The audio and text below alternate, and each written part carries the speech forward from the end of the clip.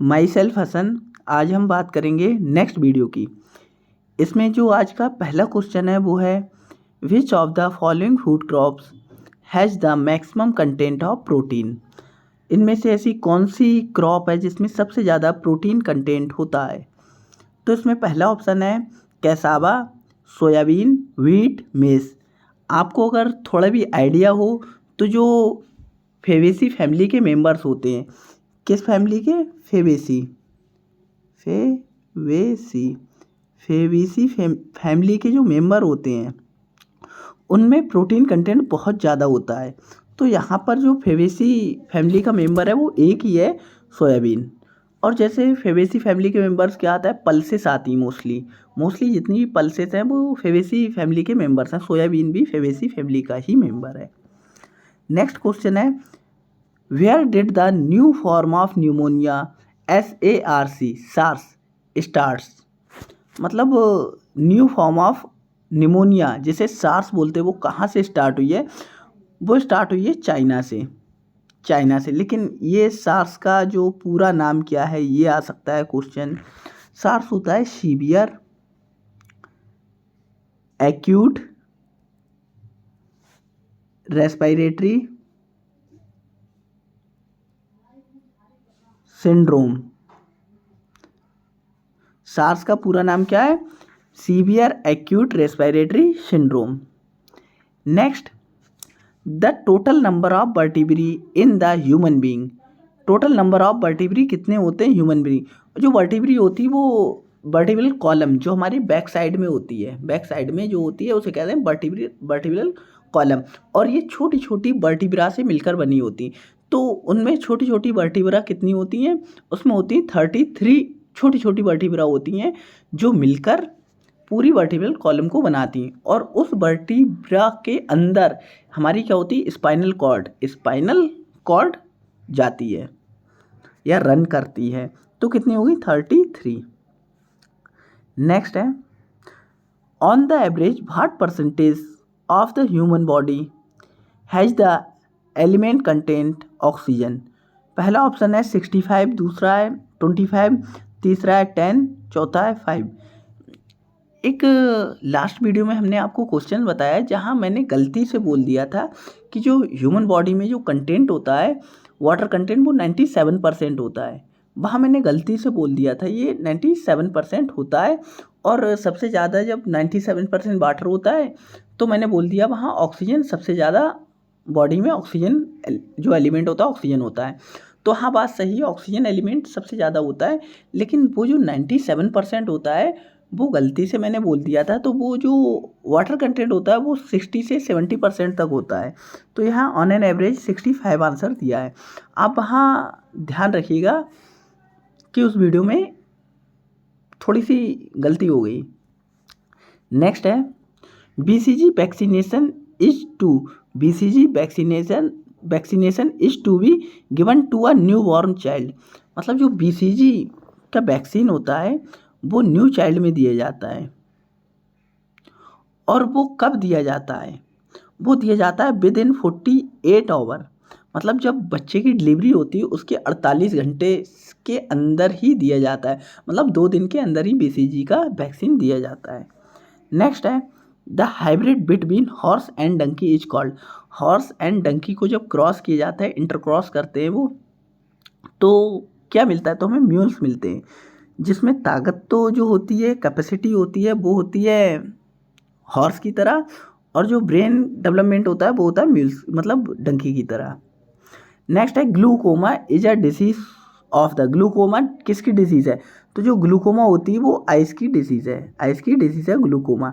Next है the chemical use for destroying fungi in the water tanks. जो water tanks होते हैं बड़े बड़े उनमें फंजाई ग्रो करने लगती है। उस फंजाई को डिस्ट्रॉय करने के लिए किस केमिकल का यूज किया जाता है? पहला ऑप्शन है कॉपर सल्फेट, दूसरा है मैग्नीशियम सल्फेट, तीसरा है जिंक सल्फेट, चौथा है नाइट्रिक एसिड। तो वहाँ यूज किया जाता है कॉपर सल्फेट का। नेक्स्ट है human kidney disorder is caused by the pollution of. जो किडनी का डिसऑर्डर होते हैं वो किसके पॉल्यूशन से होती है? पहला ऑप्शन है कैडमियम, दूसरा आयरन, कोबाल्ट, कार्बन। तो वो होता है कैडमियम। कैडमियम के पॉल्यूशन से क्या होता है, किडनी डिसऑर्डर होते हैं। नेक्स्ट है dehydration in human body is caused due to the deficiency of. Dehydration of human body क्यों होता है, क्योंकि होता है वाटर कंटेंट बॉडी में कम हो जाता है, वाटर कंटेंट कम हो जाता है। नेक्स्ट है who among the following analyse DNA for the first time. First time DNA को किसने एनालाइज किया था और इस डिस्कवरी के लिए नोबेल प्राइज मिला था। इस डिस्कवरी के लिए नोबेल प्राइज मिला था और वो थे Watson and Crick. Watson and Crick ने कब, थोड़ा सा इसके बारे में जान लो, 1953 में double helical model of DNA दिया। डबल हेलिकल मॉडल दिया था डीएनए का। इसके लिए इन्हें नोबेल प्राइज मिला था 1963 में, 10 साल बाद। और उस समय एक आपको बहुत हैरानी होगी सुनकर, जो क्रिक थे उनकी एज तो काफ़ी थी, लेकिन जो वाटसन थे उनकी एज थी 23 ईयर। ओनली 23 ईयर में इन्होंने क्या दिया था, डीएनए का डबल हेलिकल मॉडल दिया था और इसके लिए इन्हें नोबेल प्राइज मिला, बहुत कम एज में। नेक्स्ट है which among the following smallest living cell. Smallest living cell कौन सी है, तो इसमें स्मॉलेस्ट जो लिविंग सेल है वो है mycoplasma. Mycoplasma smallest living cell है। Yawning occurs. यॉर्निंग क्या होता है, यॉर्निंग पता क्या होता है, जब हम बाजी टाइम ऐसा होता है सोकर उठते हैं सुबह को और हम अपना मुंह फैला देते हैं, बहुत तेज मुंह फैला देते हैं और बहुत सारी एयर इनटेक कर लेते हैं, बहुत सारी एयर इनटेक कर लेते हैं। जैसे कुछ जगह पर जनरली बोला जाता है जमाई लेना। जमाई लेना मतलब मुंह फैला देते हैं और बहुत सारी एयर अंदर चली जाती है, अचानक होता है, ये इनवॉलेंट्री प्रोसेस है एक। तो ये क्यों होता है, ये होता है, पहला ऑप्शन है due to excess concentration of blood, due to excess concentration of CO2 in blood. दूसरा है due to excess concentration of CO2 in lungs. तीसरा है due to excess concentration of O2 in lungs. और चौथा है none of this. अब हम जब एयर ले रहे हैं तो हम क्या जनरली ऑक्सीजन ही लेते हैं, तो क्या ऑप्शन हो जाएगा इसमें पहला, मतलब जब बॉडी में क्या होता है CO2 की कंसंट्रेशन बढ़ जाती है तो एक साथ हम ज़्यादा सी ऑक्सीजन इंटेक करते हैं, जिससे क्या होता है उस CO2 को कंपनसेट किया जा सके। नेक्स्ट है which among the following living beings has a respiratory organ but does not have a brain. मतलब क्या होता है, रेस्पिरेटरी ऑर्गन तो होते हैं पर ब्रेन नहीं होता, ऐसा होता है स्टारफिश में, होता है। नेक्स्ट है which vitamin help in blood coagulation. Blood coagulation में कौन सा विटामिन हेल्प करता है, पहला है vitamin A, vitamin C, vitamin K, vitamin E। तो ये होता है विटामिन K होता है जो हेल्प करता है। नेक्स्ट है a substance that stimulate the production of antibodies when introduce into a living organism is known as.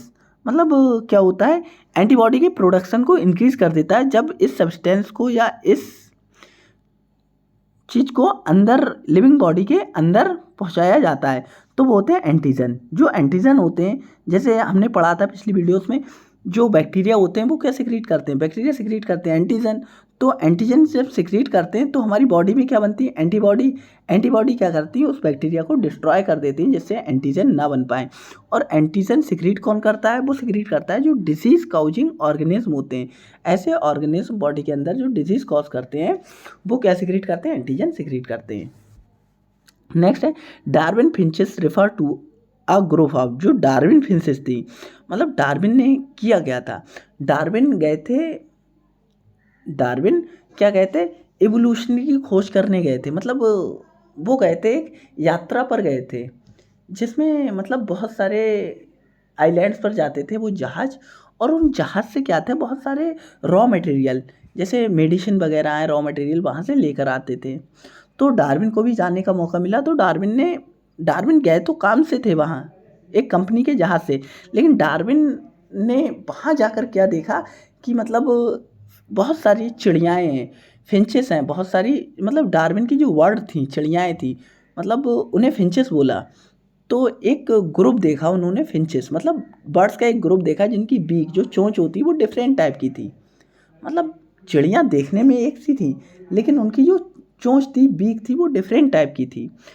बहुत डिफरेंट टाइप की थी। तो मतलब वो डिफरेंट टाइप की चोंच क्यों हो गई उनकी या बीक क्यों हो गई थी, वो इसीलिए हो गई थी क्योंकि कुछ चिड़ियाँ थी उनमें से वो इंसेक्ट को खाती थी, कुछ फ्रूट्स को खाती थी, कुछ प्लांट को खाती थी। तो मतलब जो जो चीज़ें खाती थी वैसे ही उनकी जो बीक थी उनका इवोल्यूशन हो गया।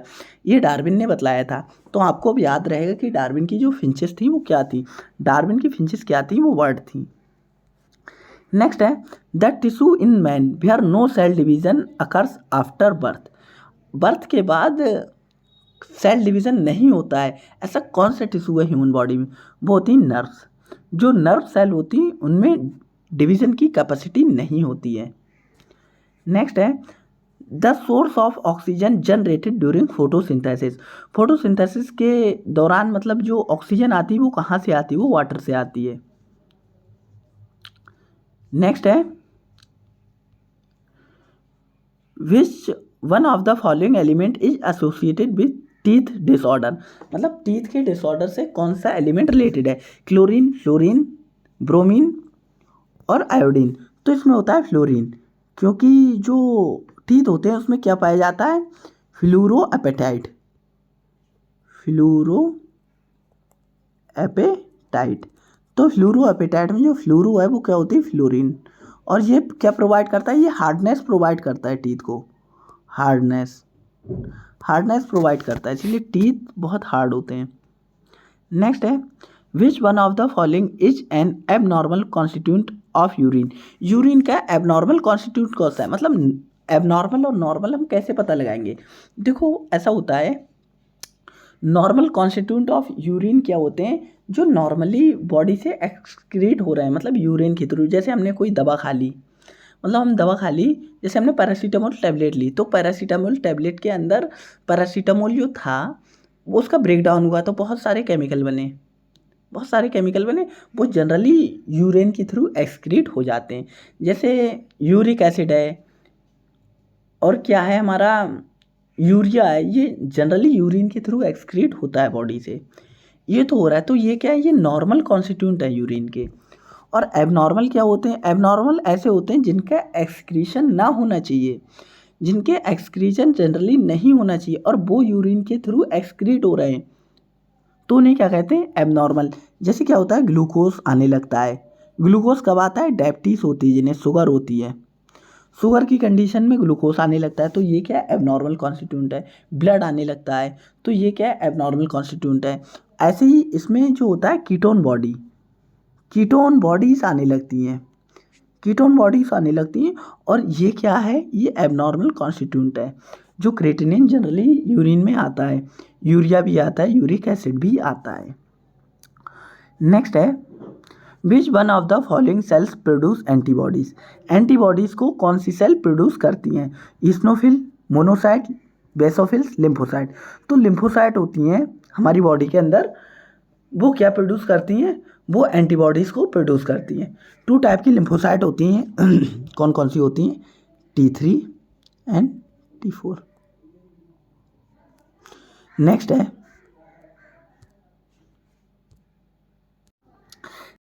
है the vitamin which help in blood clotting. Blood clotting में कौन सा विटामिन हेल्प करता है, विटामिन के ऊपर अभी हम पढ़कर आ रहे हैं ये क्वेश्चन। नेक्स्ट है at very high altitude the red blood corpuscles in the human body will be. देखो ये जो क्वेश्चन लिया गया है ये बुक से लिया गया है, लेकिन इस क्वेश्चन का जो आंसर दिया है वो आंसर दिया गया है ये इंक्रीज इन साइज। मतलब जब हम हाई एल्टीट्यूड में जाते हैं, एल्टीट्यूड का मतलब होता है जब हम किसी ऊंचाई वाली जगह पर जाते हैं, जैसे पहाड़ों पर हम जा रहे हैं, जैसे हम लद्दाख गए, लद्दाख में हम पहाड़ों पर हम गए घूमने, तो क्या हुआ, मतलब तो क्या होगा हमारी आरबीसी के अंदर। तो जो बुक में आंसर दिया है वो है इंक्रीज इन साइज, आरबीसी का साइज इंक्रीज हो जाएगा। लेकिन जो मेडिकल में हम पढ़ते हैं तो हमें वहाँ बताया जाता है कि जो होता है आरबीसी का जो नंबर होता है वो इंक्रीज़ हो जाता है, आरबीसी का साइज इंक्रीज नहीं होता है, लेकिन जो आरबीसी का है वो नंबर इंक्रीज हो जाता है, जिससे क्या होता है जो बॉडी की ऑक्सीजन कैरिंग कैपेसिटी होती है वो इंक्रीज हो जाती है, मतलब सॉरी ब्लड की ऑक्सीजन कैरिंग कैपेसिटी होती है वो इंक्रीज हो जाती है। मतलब और क्या होता है, रेट ऑफ रेस्पिरेशन, हम जल्दी जल्दी सांस लेते हैं, रेट ऑफ रेस्पिरेशन हमारा इंक्रीज हो जाता है। और ऐसा होता क्यों? क्योंकि हाई एल्टीट्यूड पे हम जाते हैं तो क्या होता है, वहाँ एटमॉस्फेरिक प्रेशर कम हो जाता है, वहाँ क्या होता है, एटमॉस्फेरिक प्रेशर कम हो जाता है, इसी वजह से ये सब चेंजेज होते हैं। और हाई एल्टीट्यूड पे क्या होता है, हमें नौसिया होती है, मतलब वॉमिटिंग की कंडीशन लगती है, चक्कर आता है, और क्या होता है, डिजीनेस होती है, हेडेक होती है, ये सब कंडीशंस हैं हाई एल्टीट्यूड पर जाने की। हाई एल्टीट्यूड पर ऐसा ऐसा होता है। तो यहाँ पर हमारे हिसाब से तो आंसर सी होना चाहिए, जिसमें क्या है, इंक्रीज इन नंबर, यही मेडिकल लैंग्वेज में मेडिकल में पढ़ाया जाता है। नेक्स्ट है, a test tube baby means, test tube baby का मतलब क्या है? A baby grow in test tube, हाँ कुछ हद तक सही है लेकिन बिल्कुल सही नहीं है। दूसरा, embryo fertilize in uterus, uterus में तो फर्टिलाइजेशन होगा तो टेस्ट ट्यूब का नाम ही नहीं आएगा, तो ये भी गलत हो गया। Embryo fertilize and develop in the uterus, अगर यूट्रस में ही डेवलप हो रहा है तो हम उसे टेस्ट ट्यूब बोलेंगे ही क्यों?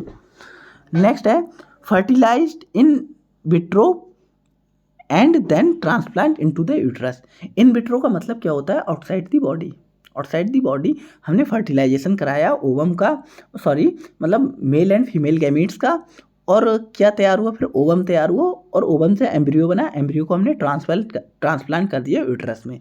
तो आंसर क्या हो गया, आंसर हो गया D.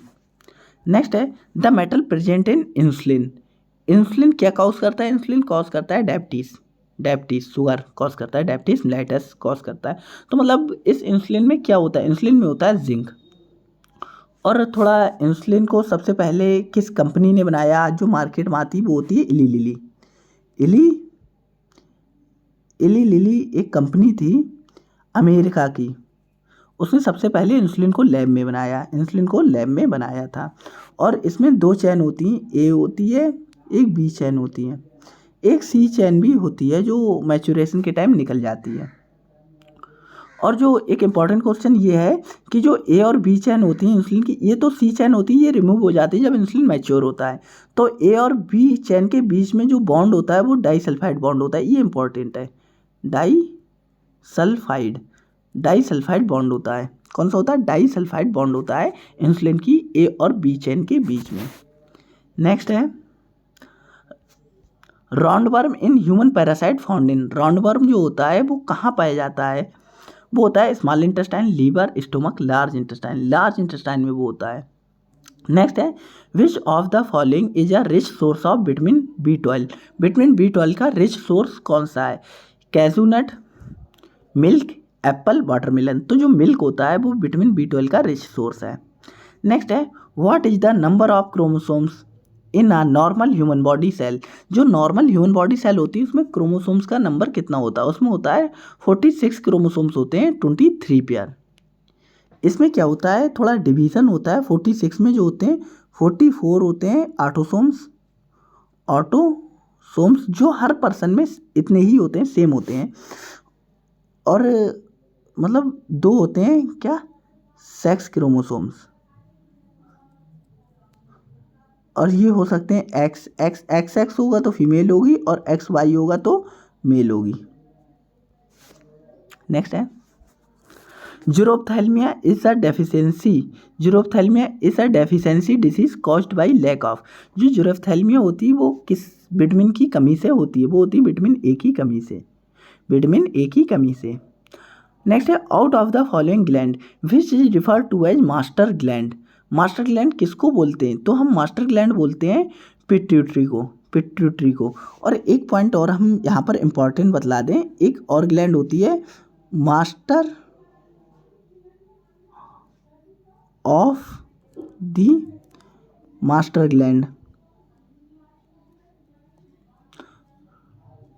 Master of the master gland किसे बोलते हैं, वो हम बोलते हैं हाइपोथैलेमस को, हाइपोथैलेमस को। मतलब इसे मास्टर ग्लैंड बोल क्यों रहे हैं, आप थोड़ा ये जानिएगा, क्योंकि जो पिट्यूटरी ग्लैंड होती है उससे मतलब डिफरेंट टाइप के हार्मोन्स निकलते हैं और वो कंट्रोल करते हैं बॉडी के अदर हार्मोन्स को, बॉडी के अदर, जैसे क्या होता है पिट्यूटरी ग्लैंड से निकल रहा है ACTH, एड्रीनो कॉर्टिकोट्रोपिक हार्मोन्स, ये निकल रहा है और ये कंट्रोल कर रहा है जो किडनी होती है, किडनी में के ऊपर एड्रिनल ग्लैंड होती है, वहाँ से निकलते हैं, क्या निकलता है वहाँ से, एड्रिनलिन, नॉन एड्रिनलिन निकल रहा है, उसे कंट्रोल कर रहा है उसके निकलने को। तो मतलब ये क्या, ये मास्टर ही तो है, किसी को कंट्रोल कर रहा है, किसी को कंट्रोल तो मास्टर है। तो इसे बोला गया मास्टर ग्लैंड। अब ऐसे ही इस पिट्यूटरी ग्लैंड को कौन कंट्रोल करता है? इसे कंट्रोल करता है हाइपोथैलेमस। जो हाइपोथैलेमस होता है वो इस पिट्यूटरी ग्लैंड को कंट्रोल करता है। तो हाइपोथैलेमस को बोला गया है master of the master gland और पिट्यूटरी ग्लैंड को बोला गया है मास्टर ग्लैंड। ये आप याद रखना, यहाँ मतलब स्ली मिस्टेक हो सकती है। अगर एग्जामिनर ने पूछ लिया master of the master gland का नाम बताएं, तो आप लगा दोगे पिट्यूटरी, अगर आपको नहीं पता है आंसर। नेक्स्ट है what is an antibiotic? Antibiotic क्या है? A chemical compound produced by a body by a living organism that inhibit the growth of other organism. दूसरा है the compound synthesized by a living organism that inhibit the growth of microbes. तीसरा है a synthetic compound inhibiting the growth of the other organism. चौथा है a synthetic compound inhibit the growth of bacteria. Bacteria की growth को inhibit करता है, ना कि अदर ऑर्गेनिज्म की ग्रोथ को। अगर ऐसा होता ऑर्गेनिज्म की ग्रोथ को इनहिबिट करता तो हम जो एंटीबायोटिक खाते हैं तो हम ही बीमार पड़ जाते। एंटीबायोटिक खाने से हमारी टिश्यू को डैमेज करने लगता है, नहीं, लेकिन ये सिर्फ और सिर्फ बैक्टीरिया को मारता है। नेक्स्ट है carbohydrate is store in the body. Carbohydrate store होती है बॉडी में किस फॉर्म में? पहला ऑप्शन है ग्लूकोज, दूसरा है स्टार्च, तीसरा है ग्लाइकोजन और चौथा है सुक्रोज। तो ग्लाइकोजन जो ह्यूमन होते हैं, मतलब इसमें स्पेसिफाई नहीं किया गया है लेकिन जनरली ह्यूमन के लिए ही पूछा गया है। ये क्या होता है ह्यूमन में ग्लाइकोजन की फॉर्म में और प्लांट में। जनरली हम यहाँ पर क्या बोलते हैं? एनिमल बोलते हैं। एनिमल में ही आ रहे हैं, ह्यूमन में। एनिमल में होती है ग्लाइकोजन के फॉर्म में और प्लांट में क्या होती है? वो होती है किस फॉर्म में? स्टार्च की फॉर्म में ग्लूकोज स्टोर होती है, कार्बोहाइड्रेट स्टोर होती है। नेक्स्ट है which was the first enzyme isolate in pure crystalline form. Pure crystalline form में किस एंजाइम को आइसोलेट किया गया था? एमाइलेज, कैटालेज, लाइपेज, चौथा है यूरिएज। तो यूरिएज पहला एंजाइम था। नेक्स्ट है process of digestion is helped by. जो डाइजेशन की प्रोसेस होती है वो किसके द्वारा की जाती है? वो होते हैं एंजाइम। अगर हमारी बॉडी में एंजाइम नहीं होते, एंजाइम सिस्टम नहीं होता, या किसी की बॉडी से एंजाइम सिस्टम निकाल दिया जाए तो हजारों साल लग जाएंगे, एक रोटी का टुकड़ा डाइजेस्ट नहीं हो पाएगा। नेक्स्ट है which one of the following which organ that excrete water, fat and various catabolic waste. पहला है किडनी, दूसरा है स्किन, तीसरा है स्प्लीन, चौथा सैलिवरी ग्लैंड। तो जो कैटाबॉलिक वेस्ट रिलीज करता है बॉडी के बाहर तो वो किडनी ही होती है। जनरली किडनी ही एक्सक्रीट करती है, लेकिन हाँ स्किन वगैरह से भी कुछ एक्सक्रीशन हो रहे हैं, जैसे स्वैस वगैरह होता है, सीबम होता है, वो एक्सक्रीट होता है। नेक्स्ट है ECG। ECG is use to detect the functioning of. ECG मतलब ECG किसके लिए करते हैं? हार्ट के लिए करते हैं, सबको पता है ये तो। हार्ट के लिए ECG की जाती है। लॉक्ड जॉ मतलब लॉक्ड जॉ होते हैं, दांत बिल्कुल मिस जाते हैं, जो टीथ होते हैं मिस जाते हैं, वो ओपन नहीं होते हैं। Disorder is the other name of disease. तो वो होता है टिटनस। टिटनस में क्या होता है? जो लॉक जॉ हो जाता है, जॉ हो जाता है, जो चलता नहीं, हमारा मुंह चलता नहीं है, वो बंद हो जाता है बिल्कुल। नेक्स्ट है excretory product of mammalian embryo are eliminated out by. जो एक्सक्रीटरी प्रोडक्ट होते हैं, जैसे यूरिया वगैरह है, बॉडी में बन रही है, जो फीटस है या एम्ब्रियो है, तो वो बॉडी के बाहर कैसे आती है उसके? तो वो प्लेसेंटा के थ्रू आती है, प्लेसेंटा। नेक्स्ट है in male shark clasper are found attach to. Clasper पाया जाता है जो किससे अटैच होता है? वो अटैच होता है पेल्विक फिन से। पेल्विक फिन होते हैं उससे अटैच होता है। नेक्स्ट है What part of the eye get inflamed and becomes pink when dust gets into। जो डस्ट उसमें जाती तो इन्फ्लेम हो जाता है, कौन सा पार्ट है? पहला ऑप्शन है कॉर्निया, दूसरा है कोराइड, तीसरा कंजक्टाइवा, चौथा है स्क्लेरोटिक। तो ये होता है कंजक्टाइवा। कंजक्टाइवा कहते किसे हैं? ये जो हमारी आँख होती है इसके ऊपर जो जिसमें ये हेयर होते हैं, ऊपर के और नीचे के, ऊपर के हेयर होते हैं और नीचे के जो हेयर होते हैं, और जो आपस में बंद करते हैं तो मिल जाते हैं दोनों हेयर। तो ये जो ऊपर की और नीचे की लेयर है इसे क्या बोलते हैं? कंजक्टाइवा बोलते हैं। ऊपर वाली को अपर कंजक्टाइवा, नीचे वाली को लोअर कंजक्टाइवा। नेक्स्ट है clove is the commonly used spice obtain from. ये जनरली हर वीडियोस में ये क्वेश्चन आ रहा है, तो ये फ्लावर बर्ड होती हैं। नेक्स्ट है milk is not considered a balanced diet now a day because of the absence of, पहला ऑप्शन है मैग्नीशियम एंड विटामिन डी, दूसरा आयरन एंड विटामिन सी, तीसरा है कैल्शियम, कैल्शियम तो होता ही है और विटामिन सी, और चौथा ऑप्शन है आयरन एंड विटामिन ए, तो होता है आयरन और विटामिन सी की वजह से। नेक्स्ट है seasickness is due to the effect of motion of ship, मतलब सी सिकनेस किसके मोशन की वजह से होती है, सिप मतलब सिप के मोशन की वजह से होती है, वो कहाँ होती है, इंटरनल ईयर में, हार्ट में, स्टोमक में, आई में, तो वो होती है स्टोमक में।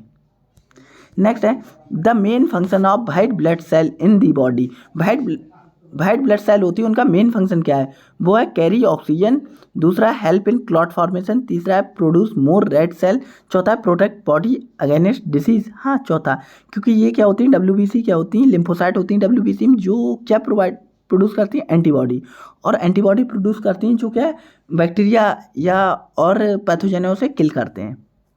नेक्स्ट है ELISA test is employed to diagnose polio virus, AIDS antibodies, tuberculosis और कैंसर, तो ये होता है एड्स के लिए एलिसा टेस्ट किया जाता है। एलिसा का पूरा नाम क्या है, एंजाइम लिंक्ड इम्यून सॉर्बेंट एसे, एंजाइम लिंक्ड इम्यून सॉर्बेंट एसे। और जो एड्स डिजीज़ होती है वो किससे होती है, वो होती है एक वायरस से जिसे कहते हैं HIV वायरस। HIV वायरस का नाम क्या है, human immunodeficiency virus, human immunodeficiency virus. Next है the largest cell in the human body is, human body में लार्जेस्ट सेल कौन सी है, nerve cell, muscle cell, liver cell, kidney cell, तो होती है नर्व सेल। ये जो मोटर न्यूरॉन होते हैं वो सबसे ज़्यादा लंबे होते हैं, मोटर न्यूरॉन।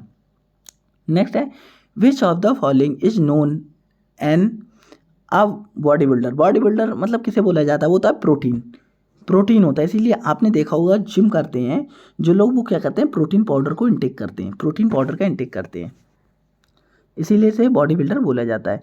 नेक्स्ट है which of the following test help in diagnose of cancer, cancer को डायग्नोस करने के लिए किस टेस्ट का यूज किया जाता है, यूरिन टेस्ट नहीं, ब्लड टेस्ट नहीं, हाँ ब्लड टेस्ट किया जाता है in the case of leukaemia जिसे कहते हैं ब्लड कैंसर।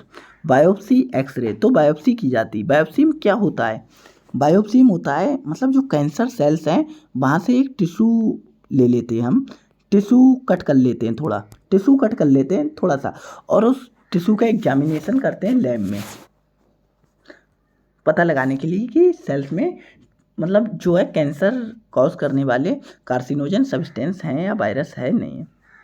नेक्स्ट है during dehydration what is the substance that's usually lost by the body, मतलब डिहाइड्रेशन क्यों होता है और डिहाइड्रेशन होने पर कौन सा जो सॉल्ट होता है वो लॉस्ट हो जाता है, sugar, sodium chloride, calcium phosphate, potassium chloride, तो वो होता है सोडियम सॉल्ट नमक, ये लॉस्ट हो जाता है बॉडी से। आज की वीडियो में इतने ही क्वेश्चंस थे। अगर वीडियो अच्छी लगी हो तो लाइक कीजिएगा, चैनल को सब्सक्राइब कीजिएगा इसी तरीके की और वीडियोस को पाने के लिए। और ये जितने भी क्वेश्चन हम आपको करा रहे हैं ये सब प्रीवियस ईयर एसएससी एग्ज़ाम में पूछे जा चुके और अदर एग्ज़ाम में पूछे जा चुके हैं। ये ऑथेंटिक बुक से लिए गए हैं और बुक में जो भी करेक्शन होता है मतलब क्वेश्चंस में वो करेक्ट करने के बाद आपको उसका सोल्यूशन बतलाया जाता है। Thank you.